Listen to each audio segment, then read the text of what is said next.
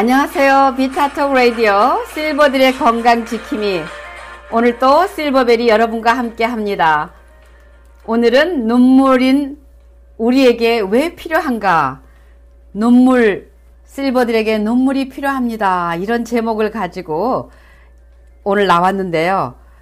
아, 이상하다. 눈물? 그러면은 좋지 않은 내용인가? 이렇게 또 걱정하실 수도 있을 거예요. 그런데 눈물은 우리에게 또 기쁨을 가져다 줄 수 있는 전조 증상이라고 할 수도 있기 때문에 여러분 기대하시면서 끝까지 잘 들어주시면 고맙겠습니다. 눈은 우리 마음의 창이라고 합니다. 그래서 마음을 아무리 내가 감추려고 해도 그 사람의 눈을 보면 지금 즐거운 건지 또 슬픈 건지 우리가 금방 알 수가 있습니다. 그런데 저는 사람만 그렇게 눈으로 감정을 표현하는 줄을 알았거든요. 미국에 살 때 저희 집에 작은 강아지가 한 마리 있었는데 그 강아지가 트위트였어요, 이름이. 그래서 저희가 한국에 나오면서 그 강아지를 다른 집에 입양을 시키고 나왔어야 됐습니다. 그래서 일주일 전에 먼저 입양을 시키고 저희가 짐을 정리하고 나오게 됐는데, 나오기 전에 그 집을 한번 들렸습니다. 들렸는데 그 주인 미세스 캔디인데요. 미세스 캔디가 얘기하는 거예요. 아, 트위티가 처음 와가지고 이틀 동안은 아예 먹지도 않고 창가에 앉아서 눈에 눈물이 고였습니다. 저는 그 말을 잘 믿질 못했어요. 왜냐하면 저는 동물들은 눈물을 흘리고 그런 것이 없는 줄 알았거든요. 그래서 너무 가슴이 아파서 정말 눈물을 흘렸어요. 그랬더니 정말 그랬다는 거예요. 그래서 트위트를 안고, 트위트야, 미안해. 우리는 지금 한국으로 나가야 돼. 우리가 한국의 선교를 위해서 우리가 나가야 되는데 너는 이 미세스 캔디하고 잘 지냈으면 좋겠다. 알아듣든 못 알아듣든 제가 눈을 쳐다보면서 그 얘기를 했어요. 하고서 이제 아이들 셋과 함께 또 저희 남편과 같이 문을 나서는데 그 트위디가 이렇게 저를 쫓아오면서 이렇게 내 옷을 이렇게 이렇게 입으로 이렇게 물면서, 그래서 제가 너무 가슴이 아팠지만 돌아봤는데요. 정말 눈에 눈물이 투르륵 이렇게 떨어지는 거예요. 아, 정말 저는 눈물에 대한 얘기만 하려면 이 트위티가 항상 생각이 납니다. 그래서 정말 우리만 가진 것이 아니라 눈물이, 또 눈이 사람의 감정을 얘기해 주는구나 하는 것을 그때 제가 좀 경험했었거든요. 어쨌든 그 이야기는 이제 서론입니다. 그런데 이렇게 중요한 눈, 우리의 마음을 표현해 주고 우리의 마음의 창인 이 눈을 우리가 얼마나 소홀히 할 때가 많아요. 막 마구잡이 비비기도 하고, 요즘같이 이제 코로나 때문에 손을 깨끗이 소독을 자주 하기 때문에 다행이지, 옛날에는 눈이 가려울 때 그냥 무작정 이렇게 비비기도 하고 그랬잖아요. 그런데다가 요즘에 코로나 때문에 집에 있는 시간이 많다 보니까 TV를 많이 보고 컴퓨터 앞에 앉아있는 시간이 많아져서 눈 안과 질환이 많이 생겼다고 합니다. 그래서 이제 점점 다른 병원보다 안과에 가시는 분들도 꽤 많아졌다고 하거든요. 근데 이제 안구가 이렇게 테크놀로지, 이런 기계 같은 것에다 너무 자주 보거나 그 빛이 내 눈에 들어오게 되면 많이 건조해집니다. 그래서 꼭 눈에 뭐가 들어온 것처럼 뻑뻑하기도 하고, 모래 같은 것이 이렇게 눈을 감고 뜰 때마다 그런 것이 느껴지기도 하고요. 그래서 오랫동안 방치하면 이 안구에 심각한 손상이 오기 때문에 이제 결막염 같은 거, 각막염 같은 게 생길 수도 있잖아요. 그래서 이런 눈을 잘 보호하기 위해서 우리 하나님께서 정말 눈물을 주셨는데, 이 눈물이 그냥 뚝뚝 떨어지는 그냥 물이 아니라는 거죠. 이 눈물은 세 개의 층으로 잘 나눠져 가지고 구성 성분이 정말 잘 돼 있어요. 제가 설명을 드려볼게요. 이 눈에 세 가지가 이제 마이봄샘이라는 거하고 누선하고 배상세포, 이 세 가지가 있는데 이름은 이제 다 모르셔도 되는데요. 어쨌든 제가 얘기하고자 하는 그 내용은 이 위 눈꺼풀에도 또 아래 눈꺼풀에도 이 눈물이 빨리 증발되지 않도록 이 기름진 단백질이 그 안에서 나오는데요. 위에 한 30개에서 40개 정도, 아래쪽으로는 한 20개, 25개 정도의 그런 마이봄샘이 있다고 합니다. 그런데 거기서 이렇게 눈물이 만약에 물로만 돼 있으면 눈물이 금방 마르잖아요. 그러면 눈이 항상 안구가 뻑뻑할 수 있으니까 이 물은 수용체는 가운데 딱 있고요. 그거 누선이죠. 누선에서 나오는 것은 수용성 단백질. 근데 지금 이제 마이봄샘 제일 겉에 눈꺼풀에서 나오는 것은 이게 단백질로 기름진 게 이게 끈끈하게 약간 그렇게 해서 만들어 가지고 그것이 그 눈물 안에 있는 수용체를 싹 이렇게 싸고 있기 때문에 빨리 증발이 되지 않아 가지고 눈물이 이렇게 남아 있으면서 안구를 보호한다고 합니다. 얼마나 정교하게 잘 만들어져 있어요. 그리고 또 그 눈물의 가장 안쪽에 들어가면 점액층이 끈끈한 게 또 단백 성분이라고 하는 게 또 거기서 생산이 됩니다. 그래서 이 세 가지가 겉에서 나오는 마이봄샘에서 나오는 그 기름진 단백질층 가운데 있는 수용성 그 물려 단백질 그것을 또 더 안에 들어가면 끈끈한 점액층이 있어가지고 이 세 가지가 잘 조합을 이루어가지고 우리의 눈을 촉촉하게 만들어주는데 이러한 눈물샘에서 매일 한 1.2ml 정도 2ml요. 1.2ml 정도의 눈물이 만들어진다고 하는데 이렇게 만들어지기 위해서는 한번 잘 생각해 보세요. 어딘가에서 눈물이 공급되어지지 않겠어요? 죄송합니다. 눈물이 공급되어지는 게 아니라 물이 공급되어지죠.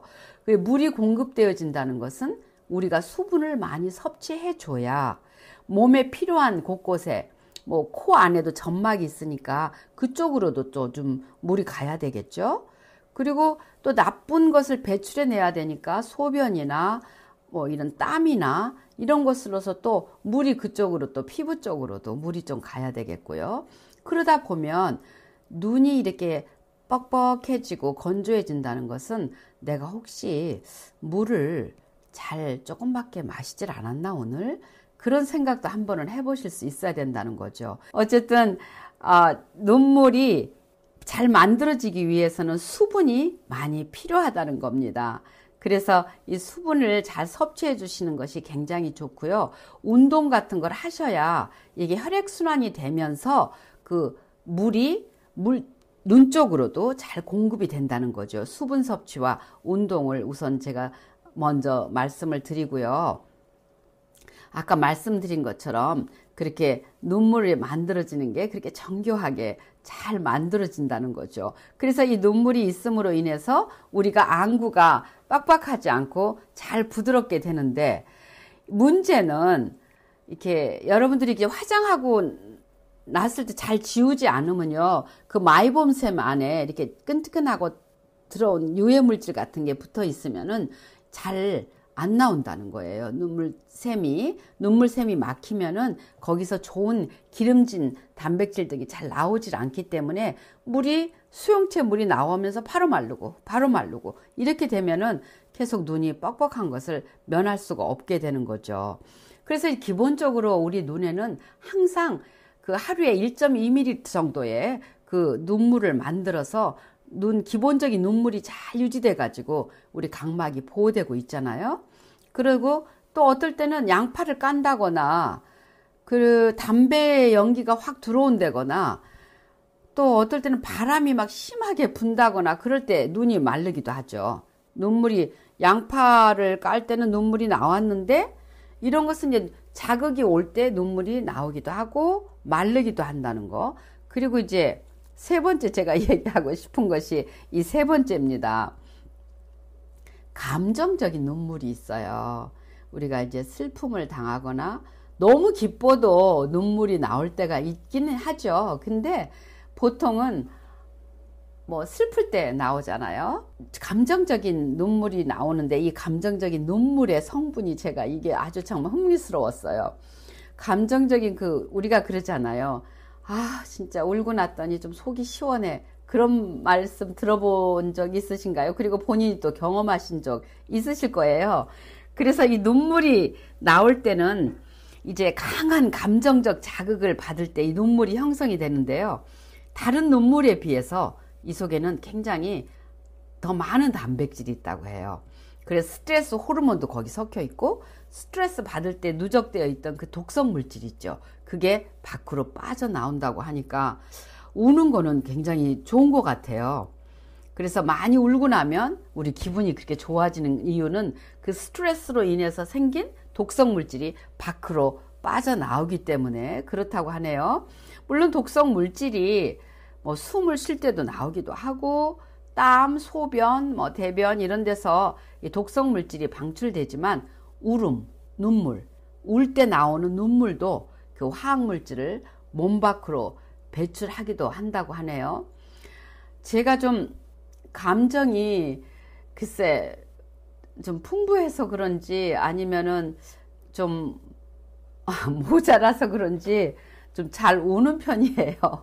웃기도 잘하는데 제가 눈물도 되게 많아요. 그래서 그런가 어쨌든 뭐 눈이 건조하다고 생각해 본 적은 없었던 것 같아요. 뭐 일부러 울었던 건 아닌데 인생을 살다 보면 눈물을 흘려야 될 때가 꽤 있었던 것 같습니다.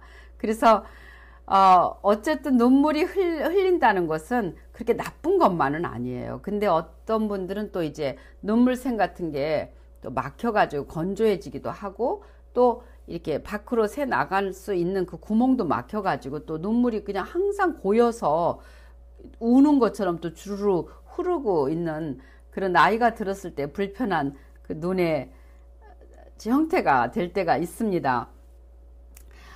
그런데 이 안구 건조증의 원인은 아까도 말씀드렸지만 뭐 흡연이나 바람이 불거나 뭐 자극을 받았거나 그럴 수도 있는데요. 이것은 약물을 복용할 때도 많이 말라요. 그래서 우리가 이제 나이를 먹다 보면 이것저것 약을 드시는 게 많이 있잖아요. 뭐 호르몬 대체 요법이라든가 우울증 약이라든가 뭐 불안증, 파킨슨병 뭐 이런 약들 있죠. 알레르기 약들. 그런 약도 눈에 눈물을 말립니다. 그래서 건조해질 수가 있어요. 그래서 아무 이유 없이 요새 와서 내가 왜 눈이 이렇게 건조하지 할 때는 제가 이제 뭐 컴퓨터를 많이 했다거나 테레비를 많이 봤다거나 그런 거 말고 왜 이러지 할 때 또 내가 먹는 약에서 이런 건 아닐까? 이런 것도 한 번쯤 생각해 볼 수가 있습니다. 그리고 장시간 이렇게 테레비를 보다 보면은 눈을 깜빡이지 않고 가만히 이렇게 집중해서 볼 때 그때도 굉장히 많이 건조해져요. 그리고 그런 데서 이렇게 나오는 빛이 있잖아요.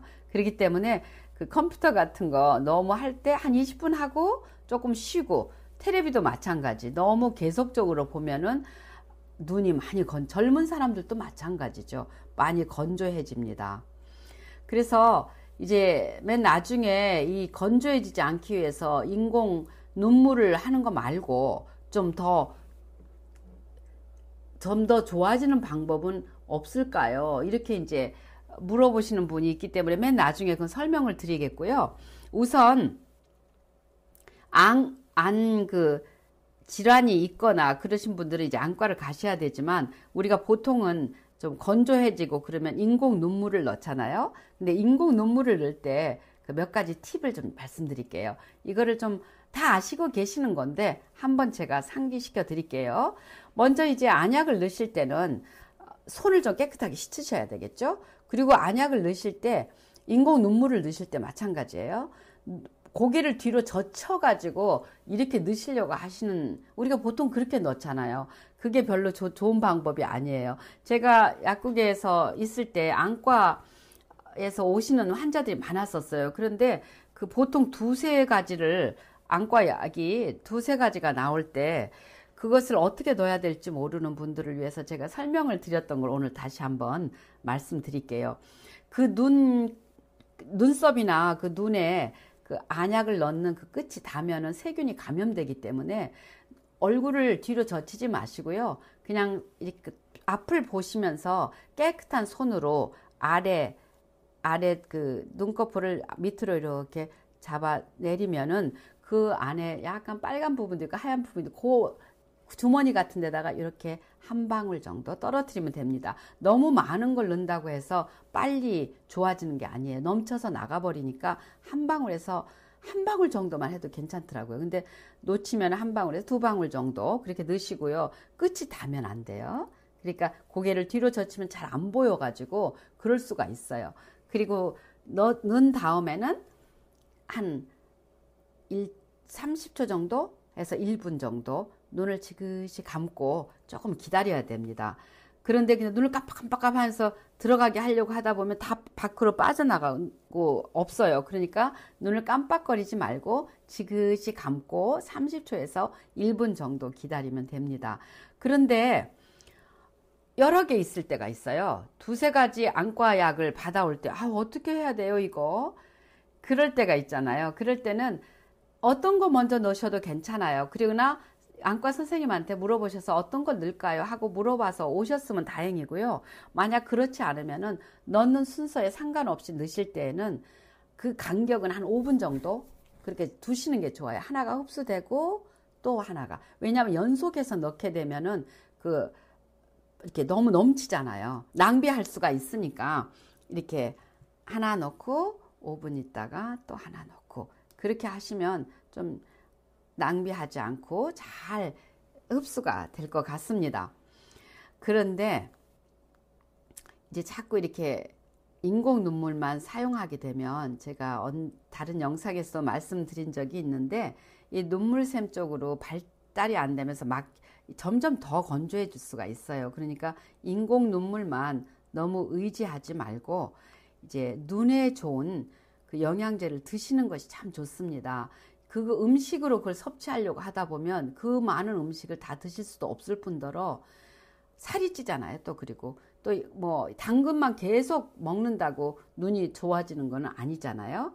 그러니까 눈에 좋은 거 세 가지만 제가 딱 말씀을 드릴게요. 이거는 꼭 비타민C는 기본으로 항상 드시는 거고요. 그건 항산화제이기 때문에 눈에 염증 같은 게 생기지 않도록 막아주는 거라서 항상 그건 기본으로 드시고 거기에 더 보태져야 되는 것만 제가 말씀을 드릴게요. 비타민 A죠. 비타민 A는 뭐 임신부들한테는 좀 더 과량을 쓰면 안 되니까 조심하시고요. 또 간이 안 좋으신 분들은 비타민 A를 드시면 더 안 좋을 수가 있습니다. 그러니까 알코올을 너무 드셔가지고 간이 손상이 되신 분들은 비타민 A는 좀 피하시는 게 좋고요. 이 두 가지만 좀 기억을 하시되 비타민 A를 많이 드신다고 해봤자 우리가 아무리 많은 돈을 주고 사면은 정말 한 100만 원어치 샀다. 그렇다면은 위험할 수도 있겠지만 우리가 약국에서 사는 그 정도의 비타민 A의 양으로는 만 아이유까지도 무사하게 잘 쓸 수가 있습니다. 그러니까 너무 걱정하지 마시고 비타민 A가 눈만 보호해 주는 게 아니잖아요. 비타민 A 속에 들어가 있는 그런 여러 가지 좋은 그 내용들이 위 점막, 장 점막에 굉장히 도움을 많이 줘요. 그래서 그런데 문제가 있는 분들은 비타민 A가 몸속으로 들어가서 눈으로 쭈르륵 가는 게 아니고요. 몸을 한번 싹 돌아본 다음에 어디가 더 염증이 있으면 눈보다 거기부터 고치고 가거든요. 그러니까 좀 충분하게 비타민 A를 드시는 것을 권합니다. 그리고 비타민 A 다음에 오메가3 아주 좋습니다. 오메가3도 이 아이가 태중에 있을 때부터 이 눈의 시력을 개발하기 위해서는 오메가3를 갖다 쓴대잖아요. 그래서 임신부들이 오메가3를 잘 드셔야 그 아이가 건강한 눈을 가지고 나올 수가 있습니다. 그러니까 성인이 되어서도 안구 건조를 자꾸 느끼는 사람은 이 엄마가 임신했을 때 오메가3가 많이 부족했었던 그 아이들은 나와서도 이 눈의 건조증을 많이 쉽게 느낄 수가 있습니다. 임산부들 이거 좀 더 드시면 좋을 것 같아요. 오메가3요. 드실 때 오메가3는 항상 좀 산패되지 않는 그 날짜 유효기간 잘 보시고 그렇게 좋은 걸로 사서 드시면 좋겠습니다. 그래서 비타민 A 먼저 제가 말씀드렸고요. 오메가3 그 다음에 루테인. 네, 루테인 속에 요즘은 지아잔틴하고 아스타잔틴이 같이 나오는 게 많이 있어요. 아스타잔틴의 그 함량을 보시고 보통 4mg, 뭐 6mg 이렇게 나와 있는데요. 많을수록 좋겠죠. 아스타잔틴이 정말 굉장히 강한 산화작용이 있습니다. 항산화 역할을 합니다. 그래서 항산화제로서 아스타잔틴처럼 이렇게 강하게 좋은 것들이 없어요. 그래서 루테인, 지아잔틴, 아스타잔틴이 들어있는 것을 고르시면 오늘 도움이 되겠습니다. 우리 오늘 약국에 그 노인회 회장님이 오셨어요. 그분이 한 2년 전부터 이렇게 눈 영양제를 꼭 드시는 분인데 그때 찾아왔을 때 인공 눈물을 사러 오셨어요. 그래서 제가 이 설명을 드렸더니 그 노인회의 회장님이신데 제가 회장님 부르면은 너무 좋아하세요. 어쨌든 그래서 그분이 그 인공 눈물을 사지 않고 눈 영양제를 사갔어요. 그때 당시에 동성제약에서 나온 사이안인가 하는 것을 사갔거든요. 근데 그것을 본인이 드셔보니까 너무 좋은 거예요. 거기에 비타민 A도 들어있었고 사유도 들어있었고 그래서 이렇게 밤에 야맹증 같은 거 운전을 아직도 하시는 그런 분이셨어요. 한 70대에서 75세 정도 되시는 분이었거든요. 그런데 그분이 이제 노인의 회장이시다 보니까 여러 노인분들을 많이 소개해가지고 그때 사이안을 많이 팔았던 기억이 나는데 그분이 오늘 또 오셨어요. 근데 오늘은 아스타잔틴을 찾으시는 거예요. 아스타잔틴을 어디서 들으셨나 봐요. 그래서 제가 오시자마자 사이안을 딱 내놨더니 아니요, 오늘은 제가 아스타잔틴이 들어있는 눈 영양제를 좀 먹겠습니다. 그러시더라고요.